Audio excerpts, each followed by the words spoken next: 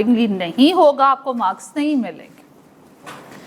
अब ये देखेगा cash flows from operating activities direct method को यूज करते हुए कैसे फाइंड आउट किया जाता है। इसका पहला पार्ट होता है कैश फ्रॉम कस्टमर।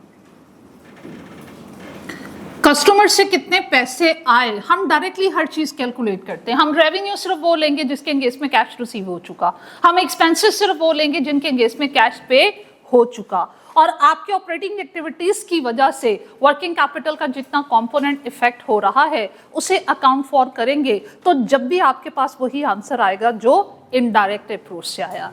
अब देखिए यहाँ पे मैंने पीबीआईटी नहीं लिखा, पीबीआईटी में सेल्स टोटल इंक्लूड हैं जो करंट ईयर में ऑर्गेनाइजेशन ने अर्न की। पॉसिबल है जो अर्न की वो कुछ रिसीव हुई, कुछ रिसीव नहीं हुई, लेकिन यहाँ पे मैंने रेवेन्यू नहीं लिखा। मैंने क्या लिखा, सेल्स लिखने की बजाय जस्ट जो आपने अपने कस्टमर से, आइदर वो आपका कस्टमर कैश बेस्ड है या क्रेडिट बेस्ड है, आपने अपने कस्टमर से जितना कैश रिसीव किया you have to write down here, ठीक है, वो आपने लिखना है। फिर उसके बाद इसका सेकेंड पार्ट वो क्या लिखता है, cash paid to suppliers and employees. इसकी डिटेल वर्किंग करना पड़ती है। कैश आपने कितना रिसीव किया ये कैसे फाइंड आउट करेंगे, उसके लिए हमेशा आपने क्या काम करना है, ट्रेड रिसीवेबल का अकाउंट बनाओगे, और ये आपको बहुत अच्छे से बनाना आता है। चलिए थोड़ा सा रिपीट करते हैं। आईटी में बहुत डिटेल में आपने ये टी अकाउंट बनाना सीखा। बताइए रिसीवेबल का ओपनिंग बैलेंस किस साइड पे आना चाहिए, क्लोजिंग बैलेंस, क्रेडिट सेल्स। हर वो ट्रांजैक्शन जिससे रिसीवेबल का बैलेंस बढ़ेगा शुड बी ऑन, और हर वो ट्रांजैक्शन जिससे रिसीवेबल का बैलेंस कम होगा on credit side. Credit sales, cash sales, cash sales receivable में अकाउंट फॉर नहीं करते। बैड डेट्स, डाउटफुल डेट्स, अगर बैड डेट्स क्रेडिट साइड पे, इसको भी क्रेडिट साइड पे लिख दो। कंफ्यूज हो गया या कॉन्फिडेंटली बोलो। डाउटफुल डेट्स के केस में क्या क्रिएट करते हैं, provision. Provision for doubtful debts का अलग अकाउंट बनता है, वो कभी भी रिसीवेबल अकाउंट पे हम उसे एडजस्ट नहीं करते। आगे बढ़िए जनाब, सेल्स रिटर्न्स, ये भी कौन सी साइड पे, क्रेडिट साइड। लेकिन क्रेडिट साइड से पे लिखने से पहले श्योर कर लीजिएगा ये कैश सेल्स रिटर्न्स हैं, ये क्रेडिट सेल्स रिटर्न्स हैं। कैश सेल्स रिटर्न्स हुई तो कैश सेल्स से रेलेवेंट कोई भी इंफॉर्मेशन हम रिसीवेबल अकाउंट में पुट नहीं करते। क्रेडिट सेल्स रिटर्न्स हुई तो रिसीवेबल अकाउंट की कौन सी साइड पे, क्रेडिट साइड पे। कॉन्ट्रा एंट्री, ये क्या होती है, आप सेट ऑफ कर लेते हो, आप सेट ऑफ कर लेते हो, एक ही पर्सन से पैसे लेने भी हैं और देने भी हैं। आप कैश में एक्सचेंज नहीं करते, उसे कौन हम कहते हैं, ना लो और ना दो, तो एडजस्टमेंट हो जाती है। इससे रिसीवेबल का बैलेंस भी कम हो जाता है और पेएबल का बैलेंस भी कम हो जाता है। इसी पेएबल अकाउंट की और रिसीवेबल अकाउंट की क्रेडिट साइड पे। ओके हो गया, आगे बढ़ते हैं भाई। इसके अलावा आपने वहां पे सीखा होगा सम टाइम कस्टमर्स को रिफंड करना पड़ता है। रिफंड कौन सी साइड पे आएगा, रिफंड होता क्या है, कैश रिसीव्ड से ऑपोजिट। आप जब कस्टमर से कैश रिसीव करते हो रिसीवेबल का बैलेंस कम हो जाता है, इसे उसे रिसीवेबल अकाउंट की कौन सी साइड पे लिखोगे, क्रेडिट साइड पे। और अगर रिफंड कर दिए, एक्स्ट्रा पैसे आ गए किसी रीजन की वजह से या किसी और रीजन की वजह से आपने वापस करना पड़े, तो ऑपोजिट इफेक्ट दोगे। रिफंड टू कस्टमर कौन सी साइड पे, डेबिट साइड पे। चलें जी आगे बढ़ते हैं। Discount allowed,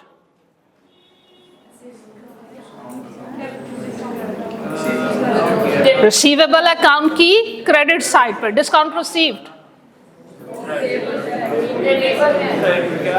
discount receive receivable account की डेबिट साइड पे। ये क्या करते हो, discount received is related with trade payable, वो कभी आपके ट्रेड रिसीवेबल अकाउंट में अकाउंट फॉर नहीं होगा। बैड डेट्स रिकवर्ड, रिसीवेबल की कौन सी साइड पे, कान पकड़ो सारे।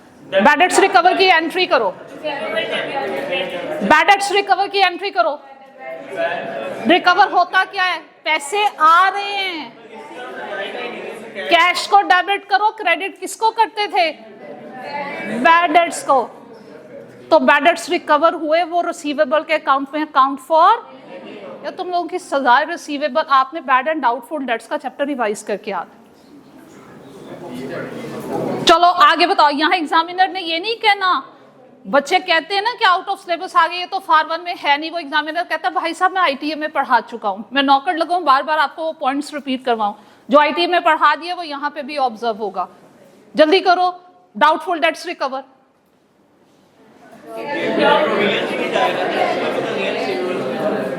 डाउटफुल डेट्स की एंट्री रिकॉल करो, क्या पढ़ के आए हो आईटीए में?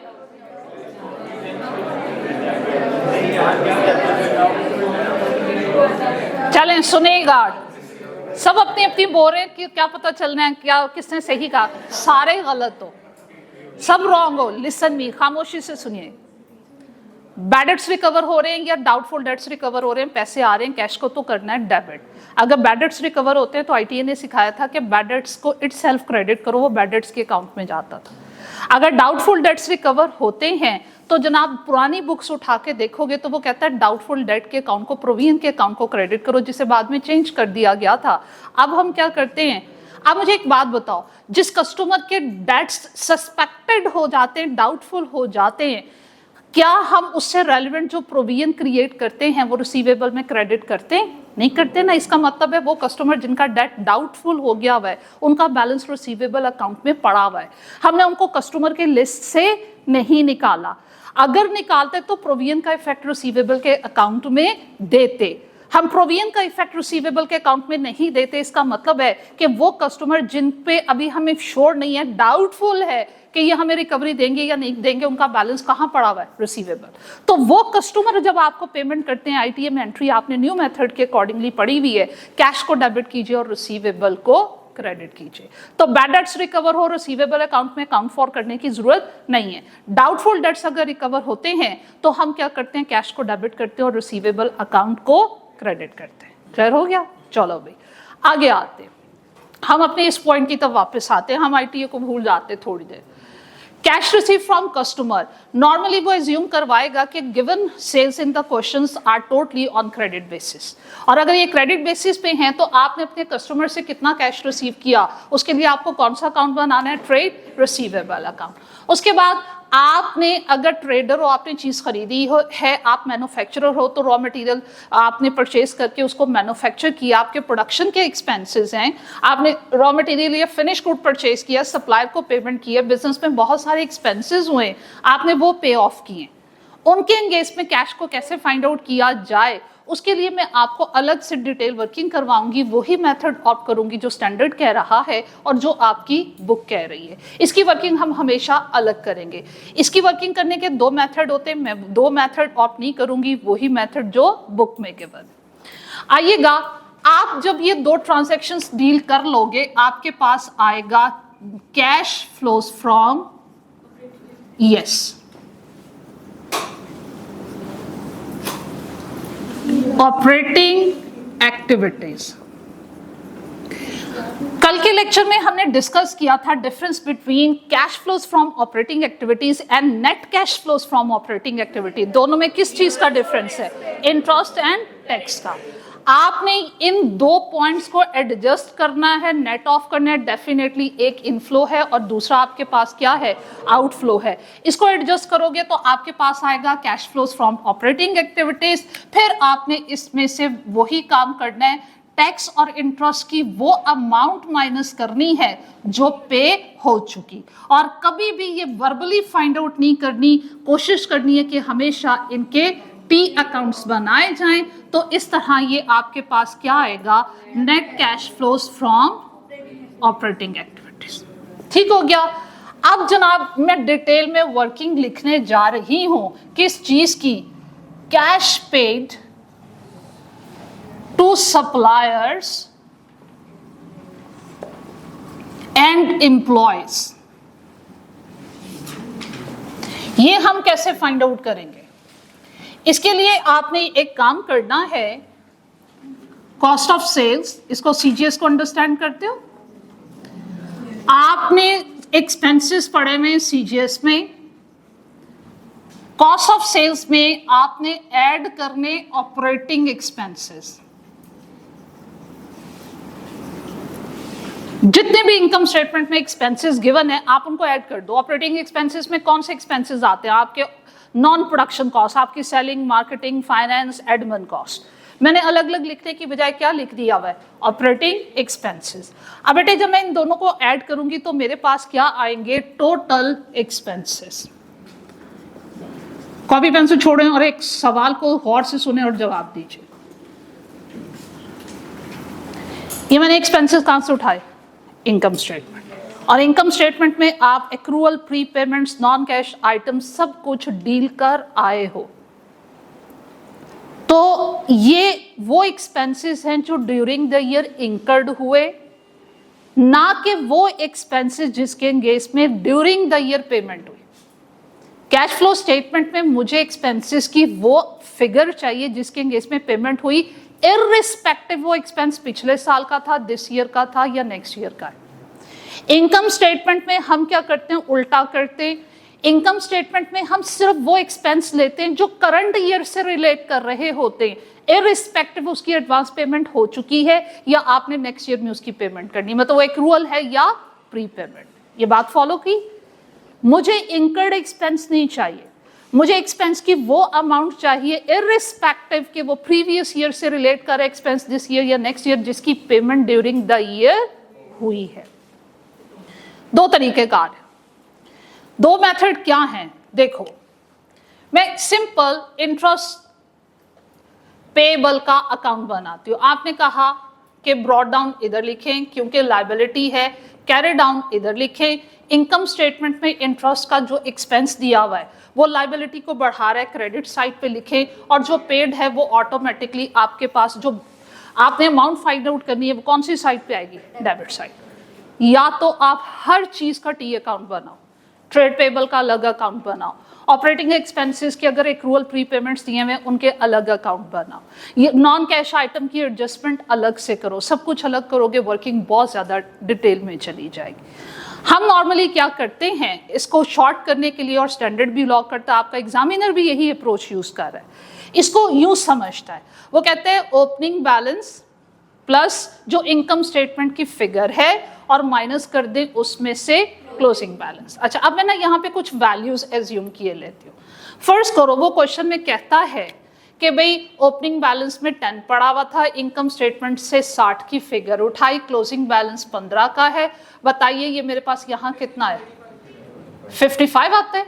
ये मेरे पास 55 आया। इनकम स्टेटमेंट की ये फिगर है, मुझे ये अमाउंट फाइंड आउट करनी है। इसके लिए या मैं टी अकाउंट बनाऊंगी या फिर मैं क्या करूं, इनकम स्टेटमेंट से 60 का मैंने बैलेंस उठाया, और ये जो इन्वेंट्री का डिफरेंस है और वो है क्या? इंक्रीज हो रही है। इंक्रीज इन लायबिलिटी को क्या करें? कितने से लायबिलिटी इंक्रीज हो रही है? 5 से। इंक्रीज इन लायबिलिटी को क्या करें? माइनस कर दें। तो क्या मेरे पास पेड अमाउंट आती है? यस। हम ये मेथड ऑप्ट करेंगे। इनडायरेक्ट अप्रोच में हमने क्या किया था, अगर लायबिलिटीज इंक्रीज हो रही थी तो हम कह रहे थे कैश का क्या हो रहा है? इनफ्लो, और कैश का इनफ्लो हो रहा है इसलिए क्या करें? ऐड। यहाँ हमने हर चीज को ऑपोजिट कर रहे हैं। क्यों? वहां प्रॉफिट में एडजस्टमेंट हो रही थी, यहाँ एडजस्टमेंट मैंने किस में करनी है? एक्सपेंसेस में, कॉस्ट में। तो जो एडजस्टमेंट्स पहले पढ़ी हैं वही सारी एडजस्टमेंट यहाँ करनी है, लेकिन ऑपोजिट ट्रीटमेंट करनी। क्यों? वहां प्रॉफिट में एडजस्टमेंट हो रही थी, यहां प्रॉफिट में एडजस्टमेंट नहीं कर रहे, हम एडजस्टमेंट किस में कर रहे हैं? एक्सपेंसेस। अब पहली एडजस्टमेंट वही, adjustment of non cash items. पहले आपने इसकी एडजस्टमेंट करनी है। बताइए, मैं कुछ पॉइंट्स यहां लिखती हूं, सोच के बताइएगा। डेप्रिसिएशन को क्या होना चाहिए? प्लस या माइनस? हालांकि आपने इनडायरेक्ट अप्रोच में तो इसको प्लस किया था, वो प्रॉफिट में इफेक्ट कैंसिल हो रहा था। ये डेप्रिसिएशन इस टोटल एक्सपेंस में इंक्लूड है, और एक्सपेंस में से आपने नॉन कैश आइटम को इफेक्ट को कैंसिल नहीं करना, माइनस कर। इसे डेप्रिसिएशन को क्या करोगे? माइनस। लॉस ऑन डिस्पोजल हुआ, क्या करोगे? माइनस। प्रॉफिट ऑन डिस्पोजल हुआ,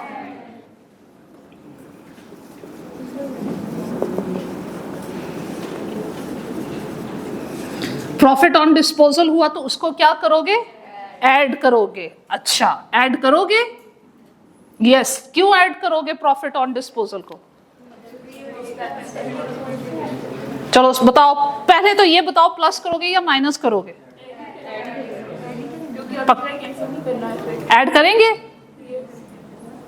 ऐड करेंगे या माइनस करेंगे? सोचें, कितने स्टूडेंट कह रहे हैं ऐड करेंगे? Raise your hands. कितने स्टूडेंट कहते हैं माइनस करेंगे? और जो कुछ नहीं कह रहे वो क्या कह रहे हैं? वो कुछ नहीं कह रहे। बेटा इसको कुछ नहीं करेंगे। इधर देखो, प्रॉफिट ऑन डिस्पोजल को कुछ नहीं करेंगे। क्यों? वो उसमें शामिल ही नहीं है। ऑपरेटिंग एक्सपेंसेस में प्रॉफिट ऑन डिस्पोजल शामिल होता है? वो किस में होता है? अदर इनकम में। क्या मैंने अदर इनकम यहां लिखी? नहीं लिखी। यार थोड़ा दिमाग इस्तेमाल करो। मैं जो कहती हूँ अच्छा या प्लस या माइनस, पेज गंदा करवा दिया। अब सुने, सिर्फ वही पॉइंट्स अकाउंट फॉर होने हैं, सिर्फ वही पॉइंट्स अकाउंट फॉर होने हैं जो आपके टोटल एक्सपेंसेस से रिलेट कर रहे हैं। आपने अगर अदर इनकम नहीं ली है तो अदर इनकम को एडजस्ट भी नहीं करना। डिस्काउंट रिसीव्ड है, बोली जाने दे उसे, लिखा तो भाई हमने यहां अदर इनकम को ऐड ही नहीं किया। इन्वेस्टमेंट पे इनकम है, इनडायरेक्ट अप्रोच में क्या किया था? माइनस की थी। यहां कुछ नहीं करना, क्योंकि जो इन आपकी इंटरेस्ट होगा इन्वेस्टमेंट पे, जो आपको रिटर्न मिला होगा, वो तो आपने इनकम स्टेटमेंट में एज अदर इनकम ट्रीट करते हुए जीपी में ऐड किया होगा। भाई हमने इनकम स्टेटमेंट का डायरेक्ट अप्रोच में वो पोर्शन ही छोड़ दिया, तो उसकी एडजस्टमेंट्स भी छोड़ दी। बात क्लियर होगी? आगे बढ़ते। अब है उसके बाद एडजस्टमेंट ऑफ वर्किंग कैपिटल। चलो भाई, वही एडजस्टमेंट्स जो इनडायरेक्ट मेथड में करी थी। कौन से 3 मेजर पॉइंट्स दिए थे? फिर लिखते हो, बात गौर से नहीं सुनते हो। Inventory, trade receivable, trade payable. अच्छा चलो, इंक्रीज इन ट्रेड रिसीवेबल को क्या करना चाहिए, प्लस या minus? Increase in trade receivable को क्या करना चाहिए, प्लस या माइनस? प्लस। पक्की बात है, इनडायरेक्ट मेथड से उल्टा चलना है हमने। कितने स्टूडेंट कह रहे हैं प्लस करना है, और कितने स्टूडेंट्स कह रहे हैं माइनस करना है? जो बाकी स्टूडेंट है वो क्यों नहीं कुछ कह रहे? क्योंकि आपने कुछ ऐसा कह देंगे,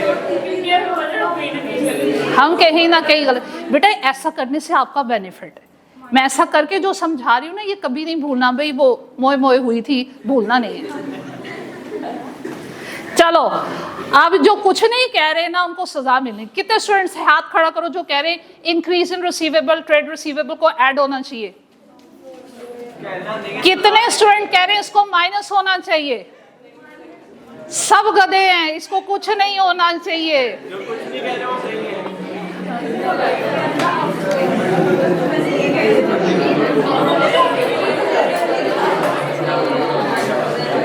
हम ट्रेड रिसीवेबल को ऑलरेडी एडजस्ट कर चुके हैं। यहां एडजस्ट करोगे डबल इफेक्ट हो जाएगा। इसमें मैंने क्या लिखा, पहले लिख दिया था प्रोमिनेंट करने के लिए डिफरेंट इंक के साथ कि कैश फ्रॉम कस्टमर के लिए रिसीवेबल का अकाउंट बनाओगे तो उसका बैलेंस ऑटोमेटिकली एडजस्ट हो जाएगा। अब नहीं भूलेगा। चलो, भूल तो जाएगा, तो भूले तो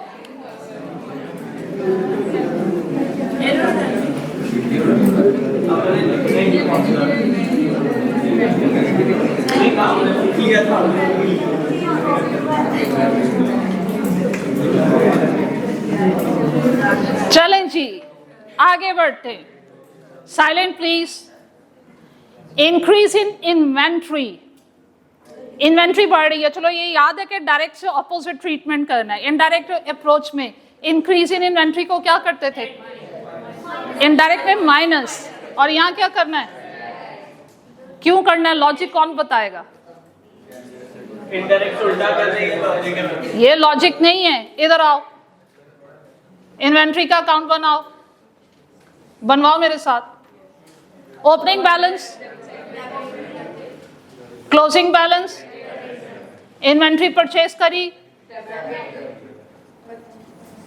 सेल हो गई, credit.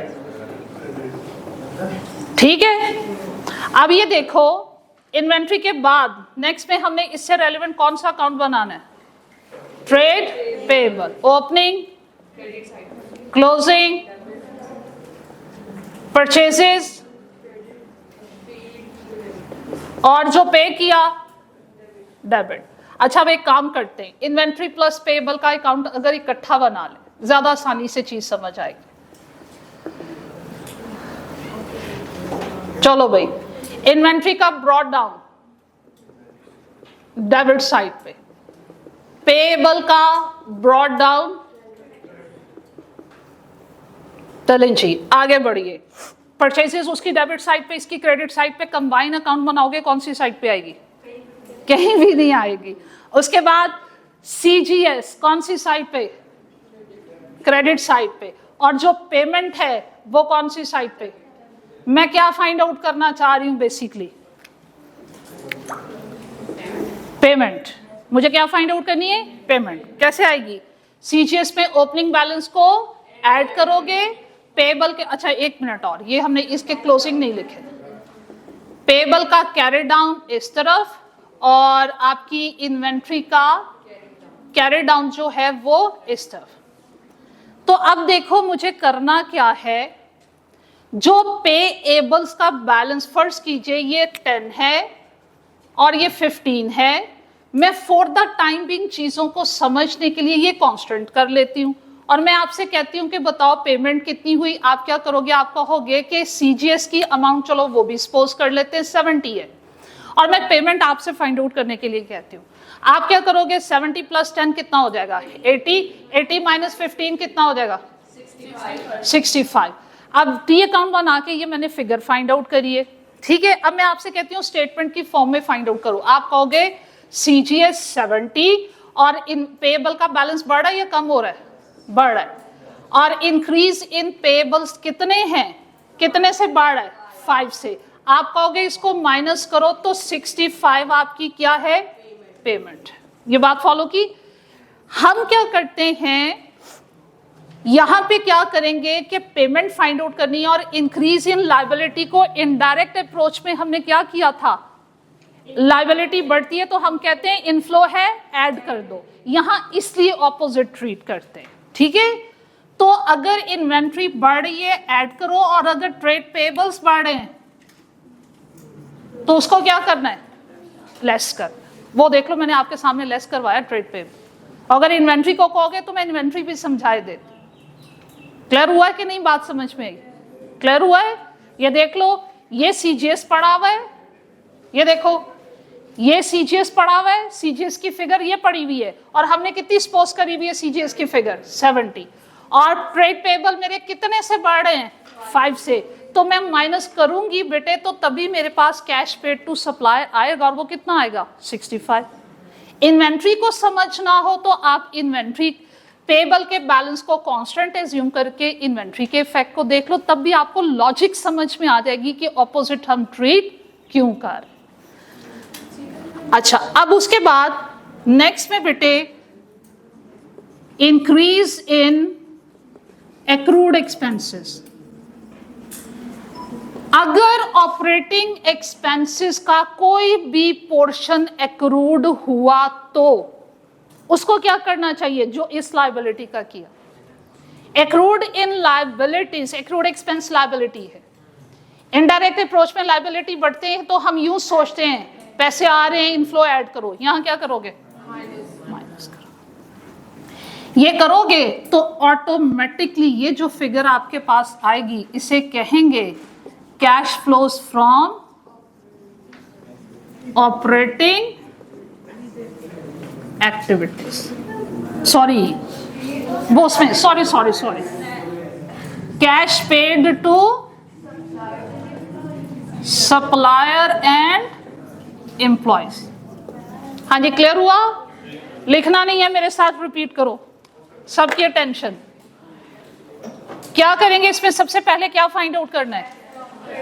Cash received from customer, ये फाइंड आउट करने के लिए क्या बनाओगे, ट्रेड रिसीवेबल अकाउंट। उसके बाद क्या फाइंड आउट करना है, cash paid to supplier and employees. ये फाइंड आउट वर्किंग में करेंगे, लेकिन जब इन दो फिगर्स को नेट ऑफ करोगे तो आपके पास जो फिगर आएगी उसको क्या कहोगे, cash flows from operating activities. फिर उसमें tax paid, interest paid minus करोगे, आपके पास क्या आएगा। ओके भाई, उसके बाद हम यहाँ आते हैं, cash paid to supplier and employees के लिए क्या करना है। बिजनेस आपको इनकम स्टेटमेंट में जितने भी एक्सपेंसेस दिए हुए हैं, लेकिन कीप इन माइंड उसमें फाइनेंस कॉस्ट इंक्लूड ना हो, फाइनेंस कॉस्ट की ट्रीटमेंट अलग होती है, ठीक है।